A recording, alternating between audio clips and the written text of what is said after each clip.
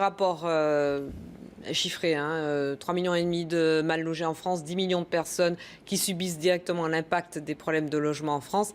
Ça n'a pas grand-chose à voir avec les 60 000 demandeurs d'asile, même si les 60 000 étaient logés aux frais de la République. Il y a 200 000 personnes qui rentrent sur notre territoire. Ce qui n'est pas le cas. Ils ne sont pas logés aux frais de la République.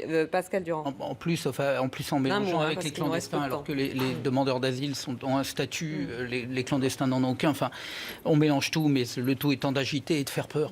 La réalité, c'est que c'est vrai que le bâtiment est en crise.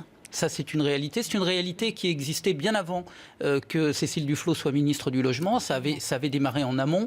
Et Cécile Duflot, elle a tenté, sur instruction du président de la République, parce qu'on parle tout le temps de la loi Duflot, etc. Je rappelle que c'était un des engagements du président de la République et qu'elle a mis en œuvre ce pourquoi il a été élu. C'est d'ailleurs quelque chose qui devrait lui être crédité, parce qu'on a suffisamment reproché, à raison, à ce gouvernement de ne pas respecter un certain nombre de promesses prises devant les Françaises et les Français. Donc Cécile Duflot a fait son travail. Et elle a essayé, effectivement, comme l'a dit Marine Lienemann, d'agir sur l'urgence. L'urgence, c'est aussi le prix des loyers.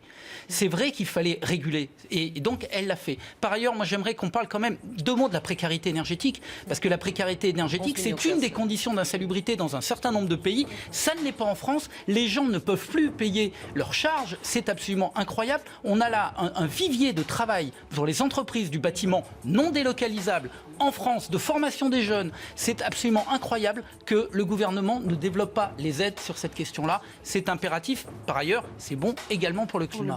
Et pour le bâtiment, bien sûr. Merci à